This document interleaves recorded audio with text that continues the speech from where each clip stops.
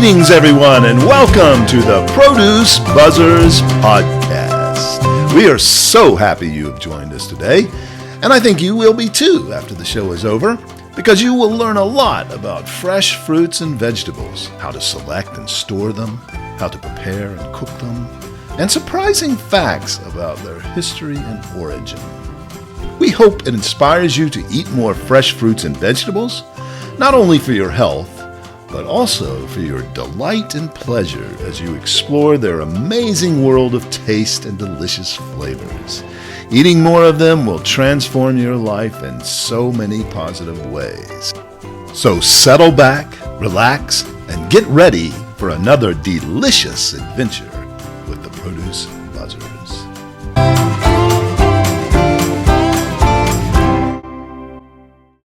Welcome to another episode of Produce Buzzers Podcast. I'm your host, Edwin Stepp, executive editor of ProduceBuzz.com.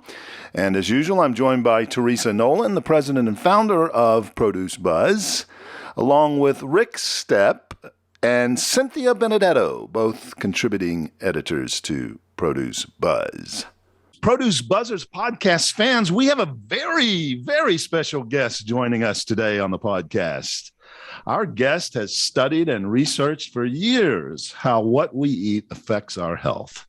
He is arguably the world's foremost expert on inflammation, and especially on how what we eat can contribute to increasing or decreasing inflammation in our bodies.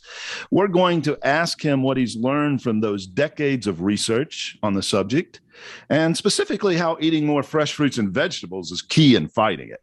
Our guest today is Dr. James Hebert, a professor at the University of South Carolina in Columbia, South Carolina.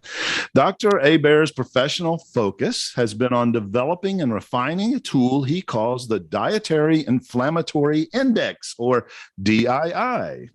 Since 1988, Dr. Hebert has led research on 52 federal grants with budgets totaling approximately $84 million. He has published over 840 peer-reviewed papers in high-impact medical journals, with most of them focusing on various aspects of diet on health. Dr. Hebert's primary administrative role at the University of South Carolina is director of the Cancer Prevention and Control Program. And his new book, Diet, Inflammation, and Health, will be published by Elsevier Amsterdam and New York soon in 2022. Dr. Hebert's primary academic appointment at the university is in the Department of Epidemiology and Biostatistics in the Arnold School of Public Health of the University of South Carolina. He also holds adjunct appointments in the Department of Family and Preventive Medicine and the U.S. School of Medicine, and in the Department of Medicine at the Medical University of South Carolina, which is in Charleston, I believe. That's not in Columbia, correct? Yes.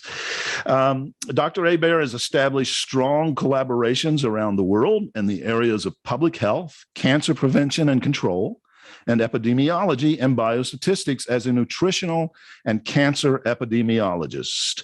Over the past decade, Dr. Hebert spent considerable effort developing the DII, which has now been established as an effective research tool and translated to a suite of products to guide individuals on a path to improved health outcomes. Early in 2013, he founded Connecting Health Innovations, LLC, and currently serves as president, scientific director, and chair of nutrition. It is through CHI, Connecting Health Innovations, CHI, that much of the work to make the DII the basis of a better health takes place. Thank you for joining us today, Dr. Hebert. Such a pleasure to have you on the show. Well, thanks for inviting me. Looking forward to answering your questions. You've got quite a resume, and the science. We don't talk a lot about science on the Produce Buzzers podcast, but obviously, we reference certain studies, and we're trying to encourage people to eat more fresh fruits and vegetables, which is not everything that you delve into, but certainly a key part of what you're finding in your research and how that helps our health. So, we try to have a little fun with it, not get too bogged down in the science, but the science is very important in convincing people, I think, to eat better, eat more fresh fruits and vegetables. Well, to start off, tell us about your career, how you came to focus on dietary inflammation. Yeah, that's a really good question. So I grew up in a in a relatively rural area. We had a large scale garden. And when I was very young, we preserved a lot of our own foods. In fact, until recently, I had my parents' canning pressure cooker. So that was one of my earliest memories, was actually growing the food and participating with the family in helping to preserve food. So food was a really important part of my life growing up. And one of the things that I noticed, which was kind of interesting, was that I'd get injured a lot because I was a very active kid and I was always outdoors. If the sun or the moon was out, I'd just be outside and I'd get injured. And what I noticed, which was really fascinating, was that my injuries would heal at the end of the summer and early fall more quickly than at other times of the year. And this was noticeable to me. This is something I paid attention to. We moved from that area to a more rural area when I was in the 4th grade. Which was, sorry to interrupt, but where were you? Where did you grow up? This was in Connecticut, in Hartford County, Connecticut, in the Connecticut Valley, which has some of the richest soil. It's aggravating to grow food there because there are so many rocks mixed in with the soil, but it's riverine soil. It's extremely rich. So the topsoil was, between 1 foot and 2 feet deep, and it was this dark, rich loam. It was just wonderful, and all you had to do was pluck the rocks out and put the, easier said than done. Yeah, right. And so we moved from that area to a more rural area, but the canning and preserving actually kind of fell by the wayside relatively quickly because my mother started her own business in Hartford, and she just wasn't participating in it. Without her, taking the lead with the canning, that it just didn't happen. So we continued to have a big garden, and I continued to participate in that.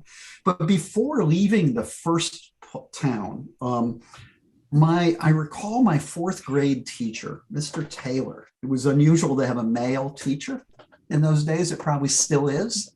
But he said something that just stuck in my head. And he said, if you get irritated by a belt, and I remember this image really quickly, there's a chance you could get cancer there.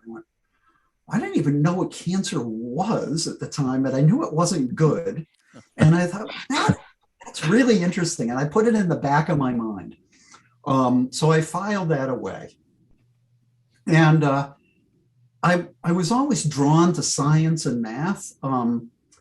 And it never really dawned on me in those days that you could connect nutrition to science and math. And of course, you can. I mean, all of the building blocks that we're made of, ultimately, except for oxygen, comes from the stuff we put in our mouth, the food. So understanding how nutrients interact, how they create protein, fat, and all the other things in our bodies, is all about science. I mean, that just went right over my head. So I ultimately, after graduating from college in 1967, now I'm dating myself, I decided that I would, rather than go into academics, go into business. So I went to Colorado. I formed a construction company with a friend of mine from college, and I ended up selling that business in 1970. Well, right before Carter was elected. So that would have been 1976. And then I went off to India.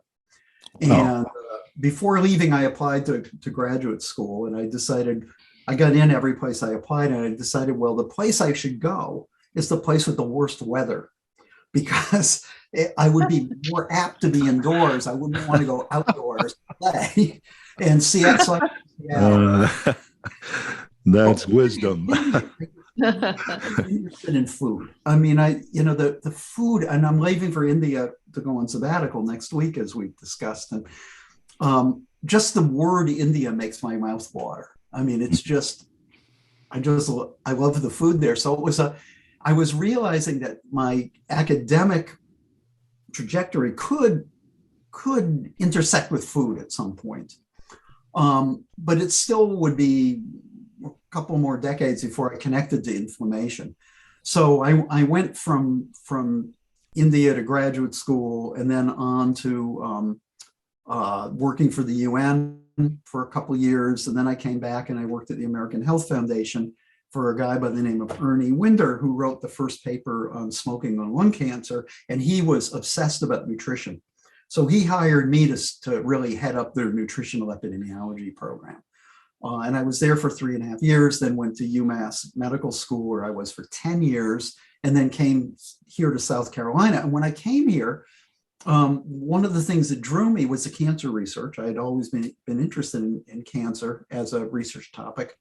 And there was a cadre of people who were really interested in inflammation and focusing particularly on colorectal cancer, which of all the cancers is the most strongly related to inflammation. So that's how it happened. Oh, very good. And where when you applied for grad school, what was the emphasis in your studies? Was it environmental health? Okay, environmental health, right? Really okay. Environmental health sciences. And where was the worst weather for grad school? Oh, Seattle. Oh, Seattle. Without a doubt. Yeah. It did not disappoint me. I mean, it was every night I look up and I could see the stars, and every day it would rain. And it was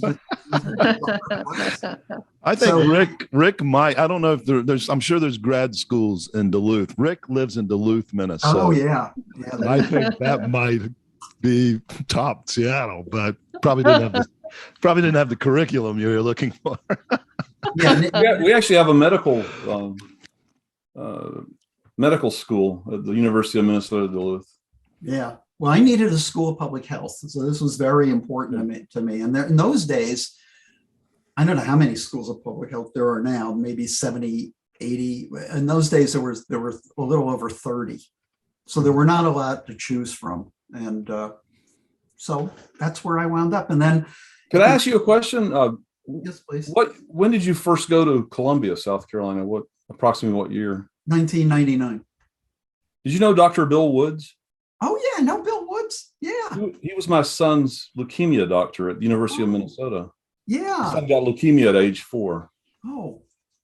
Yeah. Yeah, I know Bill. Bill's a great guy. I notice he's at Emory now, where we lived in Atlanta when he first got leukemia, and he's at Emory University where we took our son when he first was diagnosed. So, right.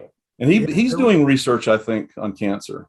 Yeah. Oh, absolutely. Yeah. Mm-hmm. I don't stay in close touch with him, but he was a sort of a mentor to me when I came here. He was the director of the Cancer Center, and I came as the chair of the Department of Epidemiology and Biostatistics. So we worked pretty closely together over those few years when he was here. That's great, because he was a great doctor. My son survived it. He's still in remission, and perfect. He's a pilot in the Air Force now. Great. So he was a great doctor. Small world. Fantastic. No, that's great to hear. That's very interesting. Excuse me. Go ahead. Why did you ever figure out if your belt was too tight, why you'd get cancer? Oh, yeah. Yeah. Well, it wasn't just the tightness of the belt, but it was the chafing of the belt. So it was the what? The chafing, the irritation. So I think you're going to ask me some questions about what inflammation is, and perhaps I can, elaborate at that point. Okay. Yeah. Well, can you give us your best and most, I'm going to say concise, but don't worry about being concise. We have plenty of time. You might not, but your best and most concise definition of inflammation, and then, what it means for our health.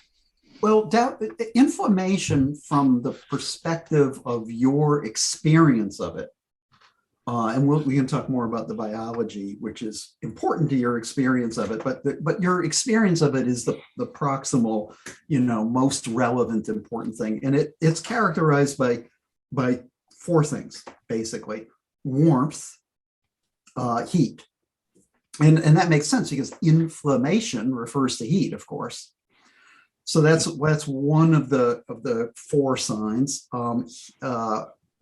pain, redness, and swelling. And then some people would put a fifth category in there, and that would be, for lack of a better word, dysfunction, where if it's really severe, you can no longer think, you can no longer move. So it's basically, really potentially very debilitating. But those are the main four signs of inflammation. What was after heat before redness? Swelling and pain. So there's redness, pain, warmth, and pain. And as I understand it, mostly from talking to you and reading what you've written, this is the body's healthy reaction to some kind of problem in the body. Yes, initially that's exactly right. So what I like to tell my students is, were it not for you having the ability to mount an inflammatory response, you'd be dead in about 2 weeks. So you need to mount this inflammatory response because you're exposed to viruses, as we now are very well aware, bacteria, cuts, abrasions, and spontaneous mutations. So this is an interesting fact. So the inflammatory response, the initial inflammatory response, is really one and the same as the innate immune response, and it happens literally in a nanosecond. I mean, a tiny fraction of a second. So if you were to, cut yourself, you'd see and feel what's going on virtually immediately. And all of the cytokine messengers, all the things that would recruit the different cells of the immune system to come to the site of injury, would happen instantaneously. And another really interesting fact is some of those things are outside dangers, things coming from outside your body.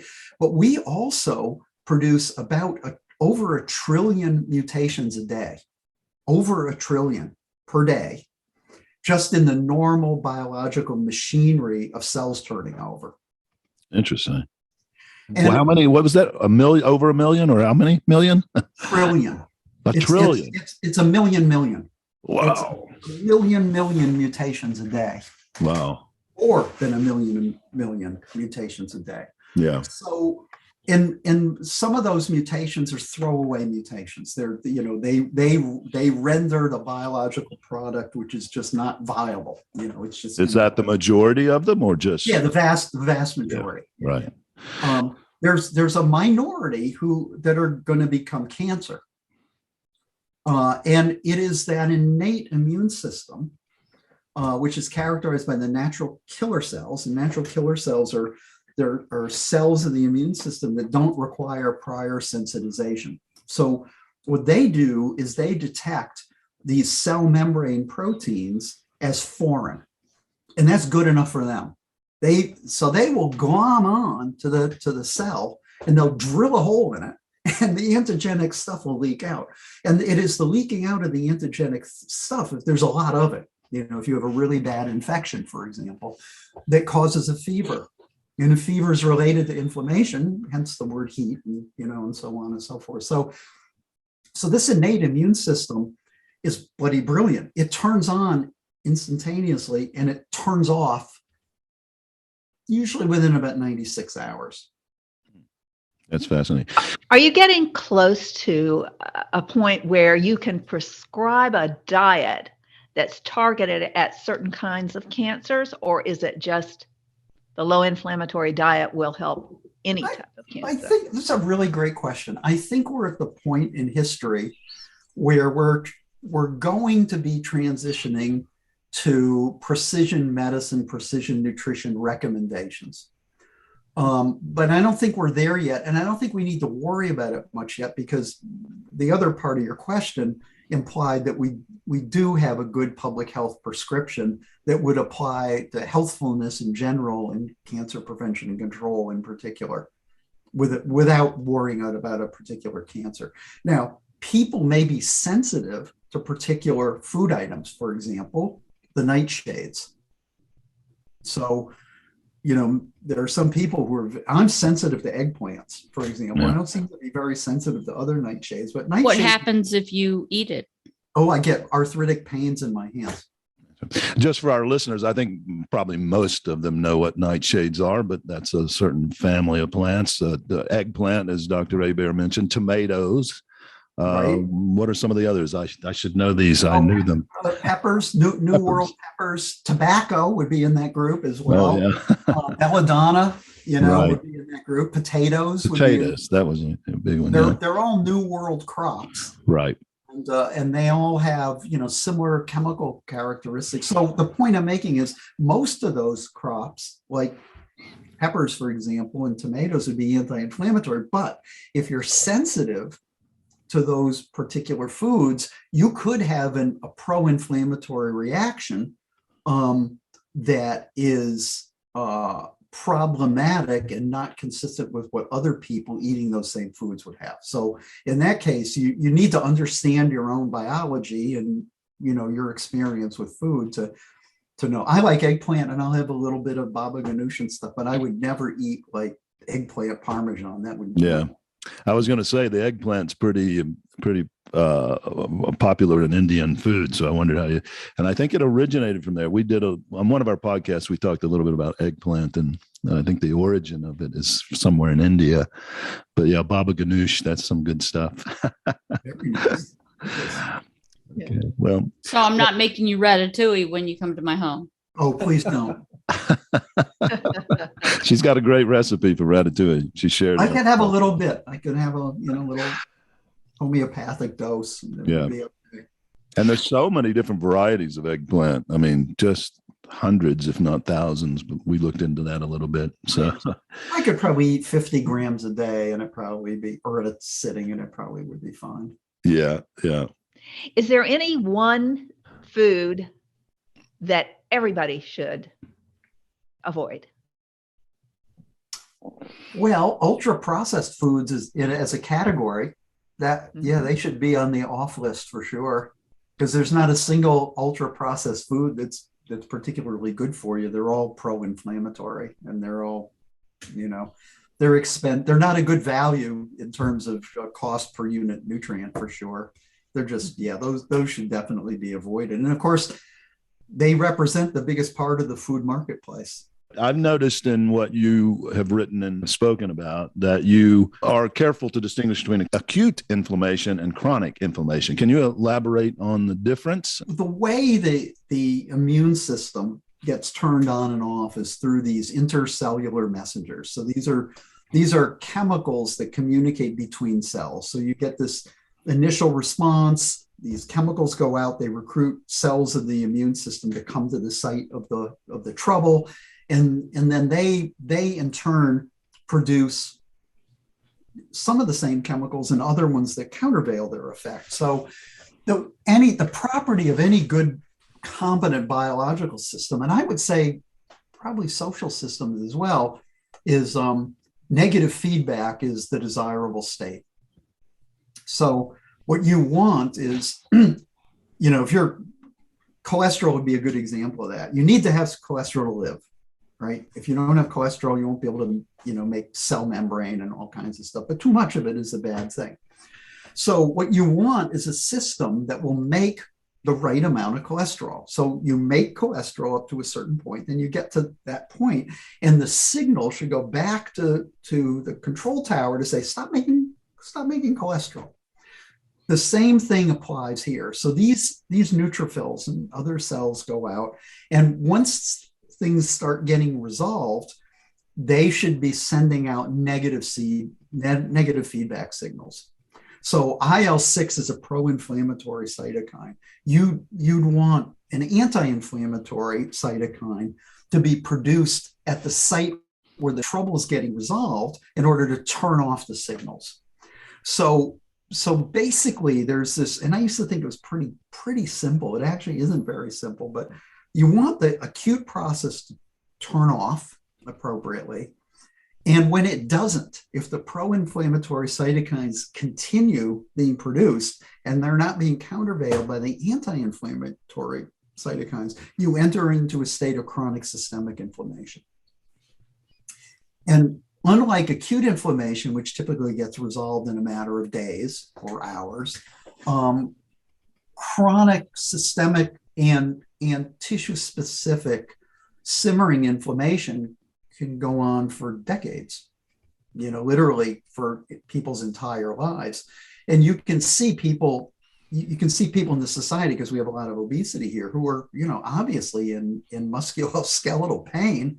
And it's because they're in a state of chronic systemic inflammation. And some of this is systemic, and it affects, the circulatory system, the heart, and so forth. And some of it is what I referred to, and that is tissue or organ specific simmering inflammation. A good example of that would be knee osteoarthritis, for example.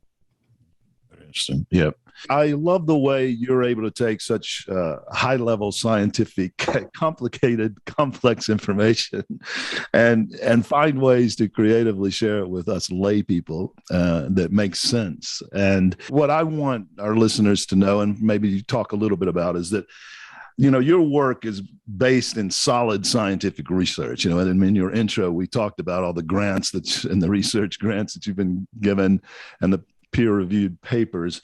Can you tell our listeners why this is important and why you emphasize that aspect? Well, the scientific method is really important in telling us that something works. It's also potentially very important to tell us how something works, but knowing that something works is really crucial. So a really good example I'll give is, I think the first in the West, and it may be true anywhere in the world, the first clinical or randomized trial of an agent to produce or to prevent a disease was done by Lind for the Royal Navy in 1754. You're referencing James Lind, the Scottish doctor. Is that correct? Yeah, and that's where the word limeys comes from. So they were noticing these sailors on really long voyages. So these people would go out on ships for years at a time, and they would develop scurvy. And went, what the hell? This is really bad. The scurvy means you're basically all the connective tissue in your body falls apart. Your teeth fall out. I mean, this is not good. You want a fighting force. You want people to be healthy. Then they're literally falling apart on you. So he did this study showing that limes, in particular, but it could be lemons, it could be any vitamin-rich food, would prevent scurvy. So we knew that in the mid 18th century, but we didn't know what vitamin C was until the 20th century. Uh-huh. So we knew that it worked long before we knew how it worked. And there's a thing called the criteria for judging causality that was developed by Bradford Hill, who worked with Sir Richard Dahl, who published his paper on smoking and lung cancer basically the same month that Ernie Winder, my boss in New York, did. And he's probably one of the greatest minds of the 20th century in terms of applying epidemiologic principles to understanding how things work. And if a relationship's causal, it's called the criteria for judging causality. It was popularized in the 1964 Surgeon General's report on smoking and health. And it's a really important way of looking at evidence. And so to answer your question, Edwin, this really centers on understanding what the evidence is and then basing recommendations on the evidence. So evidence-based, information. Right. So if you don't have the science and you don't understand what the hell's going on, you're lost. Right. You had mentioned the example of cholesterol. So I have high cholesterol. Mm-hmm. I've always had high cholesterol, even like in college. So can some numbers be ethnically specific? 200 being the average person is the number that the doctors shoot for, but I'm half Japanese. Uh-huh. And maybe if I could cut off a limb or something like that, I could get to 200, but it, Don't do that. so part of it's diet related, but are some ethnicities higher than More prone to high cholesterol? Yes. Yeah. Because they did do a picture, because my doctor was just like, okay, I'm done fooling around with you, because I want like the x-ray of you, and it came up 0. Okay, so what I will say, I'm not a cardiologist, but I've done work with cardiologists, and I know a lot about serum lipids, and I don't want to go too far in that direction because serum lipids is related to inflammation, but it's not. It's a whole other topic area. But there are populations in the world that I would call metabolically obese. Some of them are in East Asia. So many of them are in South Asia. So South in people from India who I work with a lot, they tend to have a phenotype which expresses what we're talking about. They'll tend to run really high cholesterol levels and really low HDL. So I don't know what you're. That's mine. The good cholesterol is really, really high, and the other one's still high. So you add them together, and then you get a really big number. You're in good shape. Well, better shape. So these South Asians I work with, and also my ethnicity, which is French Canadian and Canadian Indian, they tend to be metabolically obese. So they express a phenotype where they have high cholesterol level and low HDL. That's bad. But I don't. I mean, I don't have that gene. So, for me, it's not an issue. So there's a lot of genetic control here. But there's also a lot of potential for diet to control. So when we did the Worcester area trial for counseling in hyperlipidemia back in the 1990s, we found that diet intervention in these hyperlipidemic people, this is a randomized trial, and I don't want to get too far into that, but we showed that the effect of a diet intervention, it was very low-grade intervention. It was just 1 hour, one-on-one, 2 1-hour sessions, group sessions, or they might have been 2 2-hour sessions, I think they were, and then 1 individual session at the end. We found that people that went to at least 3 sessions had a cholesterol lowering effect as large as the statins. So when you say metabolically obese, that means... What I will explain what that means. What it means is, for somebody's metabolically obese, they express symptoms associated with obesity at lower levels of adiposity. It doesn't take as much fat tissue in those groups to make trouble. Now, there's a silver lining in that you can also get a good response in that group by lowering the signal. So we showed that in African Americans here in South Carolina, we could produce a relatively larger effect in terms of lowering central adiposity, in turn reducing the level of inflammatory biomarkers. But that doesn't necessarily mean the scale obesity. Yeah, that's a good question. So when medical and public health people talk about obesity, what they're talking about is weight for height. It's expressed as body mass index, which is in kilograms divided by height in meters squared. When kinesiologists and physiologists talk about obesity, they're talking about adiposity, right? And it is adiposity that matters, not obesity. For our listeners' sake, adiposity is the condition of having too much fatty tissues in the body. And I'll give you an extreme example, and it's but it's striking. You can have an NFL linebacker, right, who may have a BMI of 40 and body fat at 6%. Now that's unusual. Normally people with a BMI of 40 are going to have 40% or more, weight as adipose tissue. But there are people that are, obese by that metric who don't have much adipose tissue. And it's the adipose tissue that matters. Some people are more sensitive to it than others, but it is the adipose tissue. It isn't, lean body mass is good for you. And there's a big literature on that. So that's interesting. Yeah, and it probably would have to be a linebacker, NFL linebacker, to have that kind of ratio. yeah.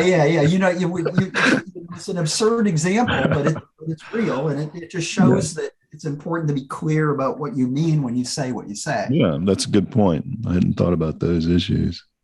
Yeah. What is the intervention that you did with these groups to lower their cholesterol? It was a simple diet. It was a simple diet intervention. We're getting to eat, more whole foods, more whole grains, fruits and vegetables, and to displace and we can talk about later about displacement, but to displace the ultra processed foods with those things. So you put them into the mix, and it just pushes these other foods out, which is good. Yeah. Well, as you know, that's our focus here at Produce Buzz, is to encourage people to eat more fresh fruits and vegetables. And why we're so happy to have you on the podcast today, because all of your research and expertise hopefully will encourage them and inspire them. Why are fruits and vegetables so good for fighting inflammation? Well, that is a great question. And it's because they contain these phytochemicals, these chemicals that exist in plants, these polyphenolic compounds that are, flavonols and carotenoids and different compounds that are very strongly anti-inflammatory.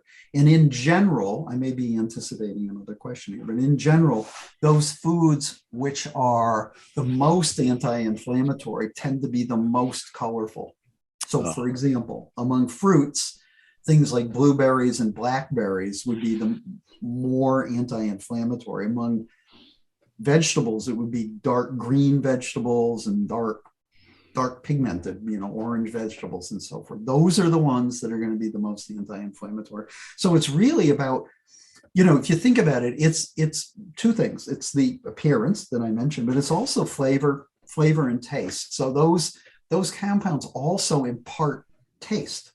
So they're not bland. Let's put it that way. Right.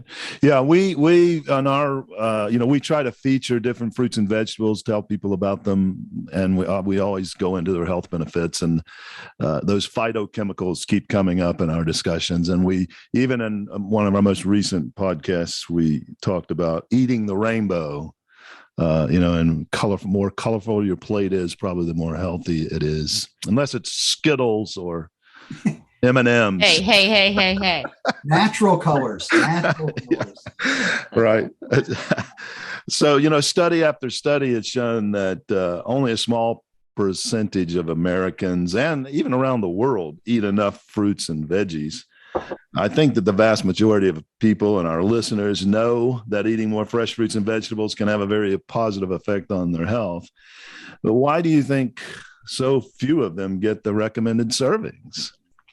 Well, a lot of it's experiential. I think that I compare the world as it existed when I was young, when we were gardening, and it's really a very different place. I mean, these were the years right after World War II, and, ultra processed foods were coming on the market, but they hadn't, achieved dominance at that point. And I think people just forget. I think there's cultural amnesia. That's part of what's going on. I think part of it is also neophobia, which is a fear of, new tastes and flavors. And we can do a better job of introducing people to these flavors. So one of the things I'll tell people all the time is just rephrasing what I said before, and that is those foods that are anti-inflammatory, they're colorful, but they're also flavorful. And that's just looking at it from the whole food perspective. Any spice that you name, cardamom, cinnamon, ginger, or things like the allium vegetables like garlic and leek and onion and stuff that have strong taste, they're all strongly anti-inflammatory. So we were working with a company called Fruisers that made frozen food snacks for whole food frozen fruit snacks for kids. And they were scoring C on our scale. So from A to F, so C wasn't so wonderful. And what we said was, you got to do two things. You got to get rid of some of the banana, replace it with more highly pigmented fruits. And they said, well, but what about the flavor profile? And I said, well, you can try cardamom. And they did. They put in a little bit of cardamom. They got it up to an A, and the kids just loved it. an increased palatability. So I think people need to start feeling comfortable playing with flavor and taste. I think that's key in all this. It's experiential. And the other thing that drives me a bit crazy is, we talk about food being cheap, which it is. Food's cheap in the United States, but it's cheap in terms of the amount of money you spend per calorie. It's not cheap when you consider the amount of money spent per nutrient. Interesting. Yeah, that makes a lot of sense. The flavor and taste, it's hard for some of the fruits and vegetables to compete against the highly engineered Dorito, which, that's very important point you bring up, that people need to experiment and get over their neophobia, try new things to improve their health, and retrain their palates. And I know that's something you've been working on with through Chi and the DII. Are flavor profiles, taste profiles? I'm not sure if I'm calling it the same thing. Talk about what you're doing there, and maybe can we give some hints and suggestions to our listeners to expand or refine their flavor profiles? I think this is a real frontier area. So, I worked for a while with a woman at what's it called, the Monell Chemical Senses Center or something like that. It's in Philadelphia, and I was amazed at what they don't know about the connection between nutritional value of food, for example, and and how people perceive flavor. So I think this is a real frontier area, and it's complicated in a number of ways, including the fact that people's perceptions. There's a lot of interperson variability in perception, and perception changes during the life course. So, pregnant women will tell you, well, this doesn't taste at all like it used to taste. And when they stop being pregnant, it'll start tasting like it used to taste. Sometimes and now with this COVID-19 business going on, and, people losing the sense of, especially smell, a little bit taste, but mainly smell. It's really complicated stuff. But I think this is key, because it is that primal experience of, and I'm going to use these terms kind of interchangeably here, but they're quite different from one another. Flavor and taste that drives people to eat what they're going to eat. Some people are very conscious about cost, and some people are really conscious about animal rights issues and stuff like that. But really, it's the aesthetic pleasure of eating that gets people to eat. So I think this is a frontier area, and I'm no expert at it. Yeah. But how many people say their parents boiled the hell out of fill in the blank? So broccoli was mush. Those people now are adults. And if they didn't have a parent that knew how to manage said fruit or vegetable, then that's kind of a challenge, because now they're feeding another generation. Yeah, it is. And, I told you about the experience of having a garden growing up. My mother, we had 3 different pressure cookers. We had the canning pressure cooker. We had another big pressure cooker and a smaller. My mother loved the pressure cooker. And she would make what she called these New England boiled dinners. And she would take she just chucked these vegetables from our garden, which were crispy and wonderful and nice, and she'd just pressure cook them. So but I learned very early, the taste of those things, first of all, it wasn't always bad. There were some nice things that came out of the pressure cooker, but I understood that the kinds of tastes that you'd get from these vegetables fresh versus cooked were quite different to one another. So I knew that going in. And what you're saying is most people wouldn't know that going in. So yeah, it's like what we were just talking about. You need to reorient people towards these experiences. I worked with a grower, one of the largest growers of tomatoes in California and Florida. It was his opinion, people don't know what a tomato's supposed to taste like.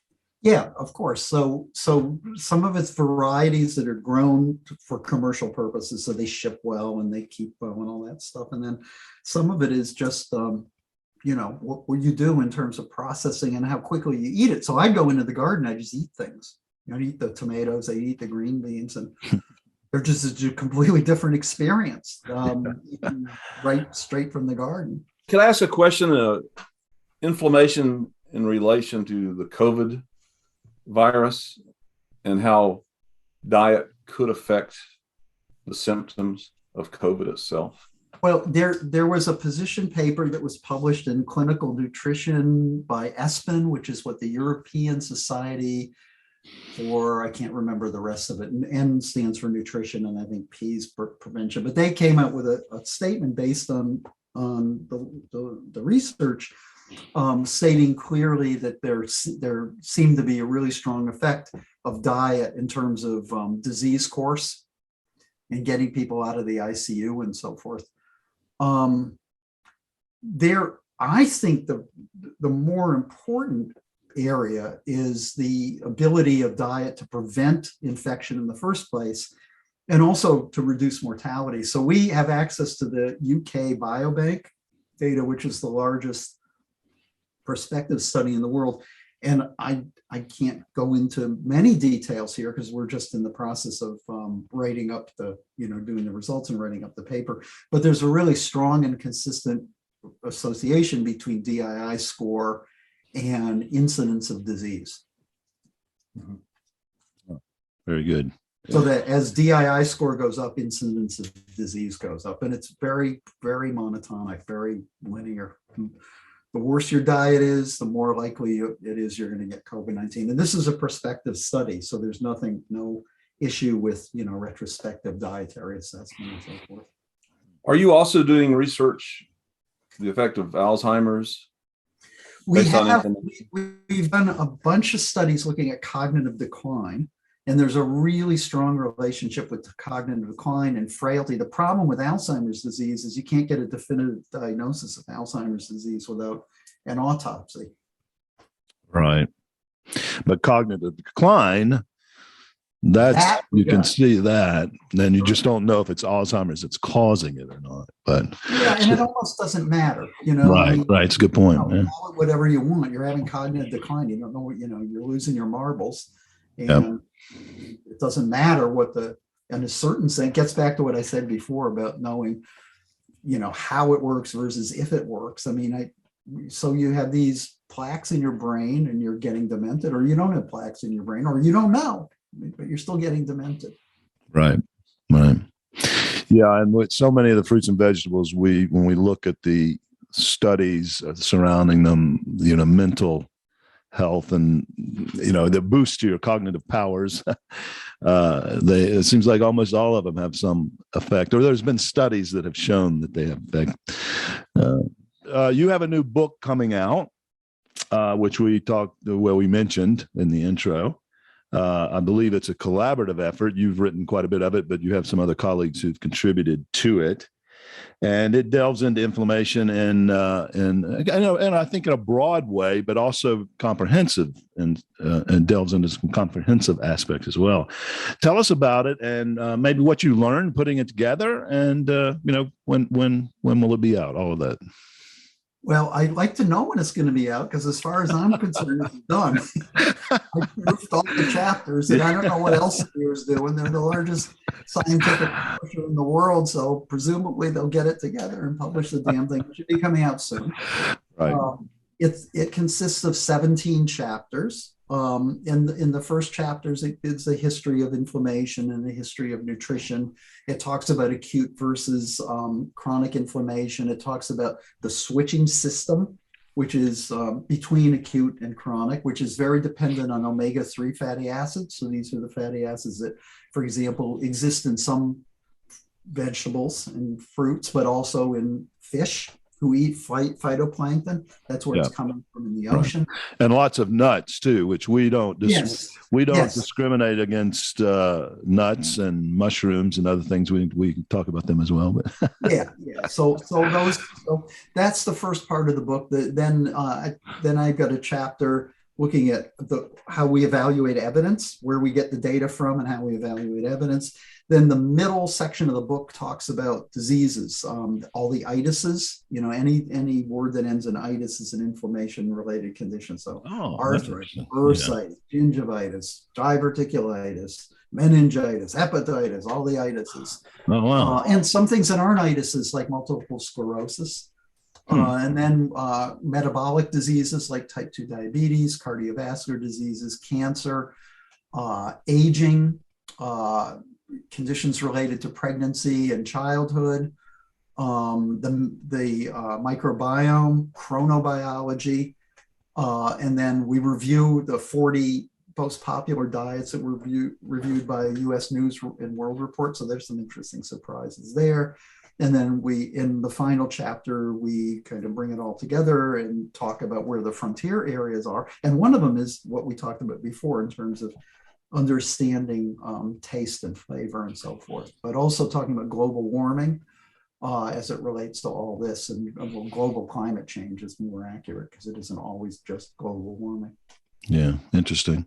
Well, that's great. And I know that's maybe a bit more of an academic book, but there's a lot of, there should be a lot of information in there that could be valuable for anyone if they can get access to it. Hopefully that can happen. And you can get it. There's an Elsevier subsite on what do you call it? Amazon. Okay, great. So when it comes out, you can get it on Amazon. You can okay. So it's not restricted to the academic world. No, not very at all. good. No, my guess is that smart people will find it accessible. I mean, I don't think it's written in there's some jargon in there, but when there's jargon, it's in there for a purpose. And the other thing I'll say, which is really important to the question you asked, because I didn't answer that part of the question, what did I learn? Oh, right. I had no bloody idea how far back in time biologically these systems went. And it turns out about 45% of our innate immune system and the inflammatory response is shared between animals and plants. And animals and plants diverged in their biological history, evolution, between 1.2 and 1.8 billion years ago. I had no idea. That's fascinating. And that took me down several rabbit holes that were extraordinarily interesting. Well, very good. Well, on your website, which is, I'm going to tell our listeners, they can go and visit. It's chi-llc.net,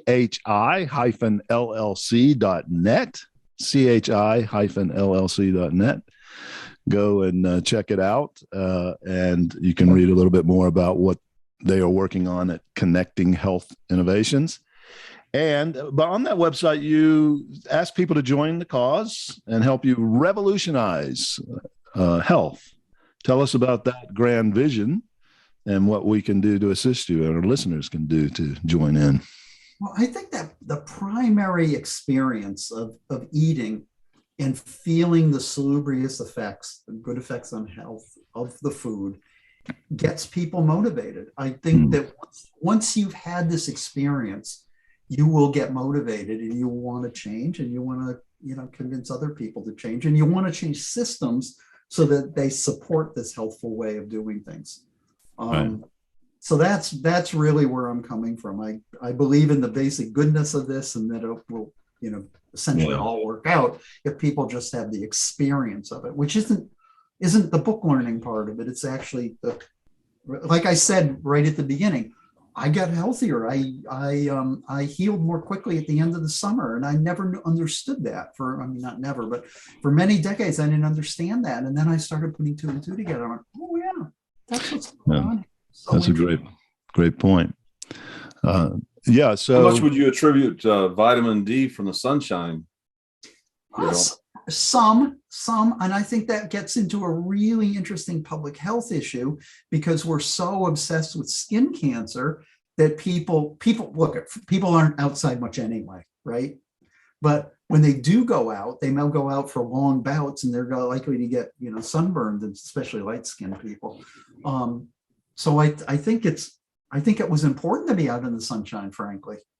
And it was very healthy, and I didn't get sunburned. I mean, I would be out all day long.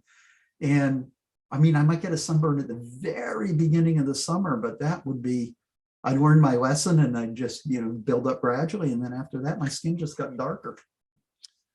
Well, back to your vision of revolutionizing health and us joining in, I think one of the things we had Dr. Brian Asbill as a guest recently, who you know, in fact, you introduced me to him. And, one of the things he's learning in his practice of cardiology rehab is the crucial importance of having a community around you to support you in these changes. So I think that's another thing that I see you alluding to, not just alluding to, but specifying as key. Joining forces, joining the cause, and getting people around you to support you. And we are trying to do that with Produce Buzz to get people to eat more fresh fruits and vegetables and develop a loyal following here to keep encouraging them. Well, any other Produce Buzzers have any more questions for Dr. Hebert? We should probably let him get on his way to India.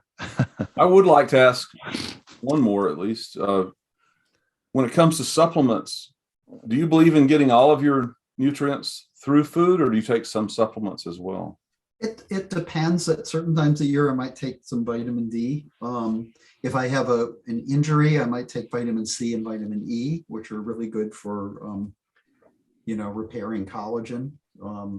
So I've had, like I said, I've had a lot of injuries in my life, and I know how to heal them quickly. So vitamin C, mega dosing vitamin C and vitamin E at those times can be extraordinarily helpful. And I've got good stories about that, but I don't want to spend time on the stories right now. But now, this vitamin C's known role in metabolism, it gets back to what I was saying about the scurvy story, is in making collagen.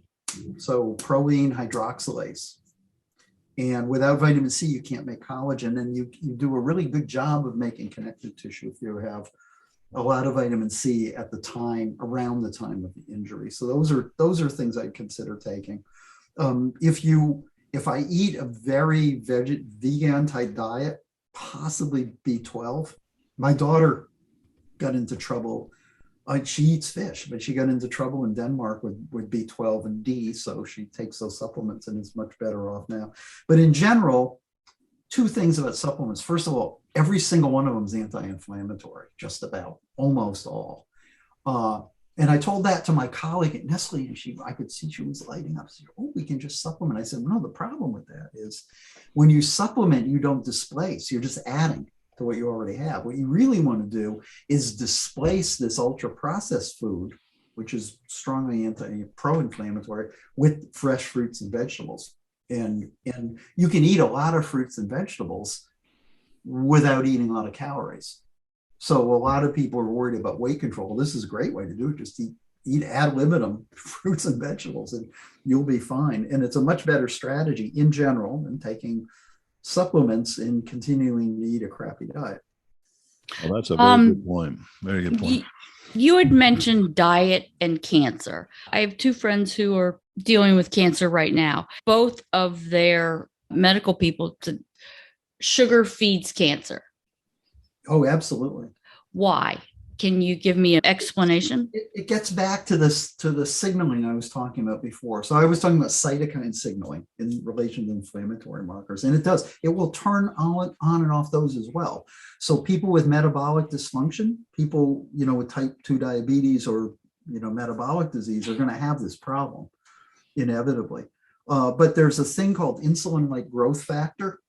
And insulin-like growth factor is really strongly related to many of these epithelial cancers, which are the most common solid tumors like breast cancer and prostate cancer and colorectal cancer and so forth. So yeah, the sugar definitely feeds the cancer. It would be really good not to eat a lot of sugar. And that raises a really interesting point about fruits versus vegetables. So the evidence linking vegetables to cancer prevention is much stronger than fruits. Because of the extra sugar in the fruits. Yeah, in general. Even though they're complex carbohydrates. Yeah. Okay. I mean, they're much better than ultra-processed foods, but the evidence for vegetables is stronger than for fruits. Yeah. And then among the fruits, remember what I said about that bar? They replaced some banana with those berries and cardamom, and they got the anti-inflammatory effect to be much lower. So okay, yeah. If you are eating fruits, you can be strategic about which ones you eat. Right. Very good. Are there any healthy sweeteners?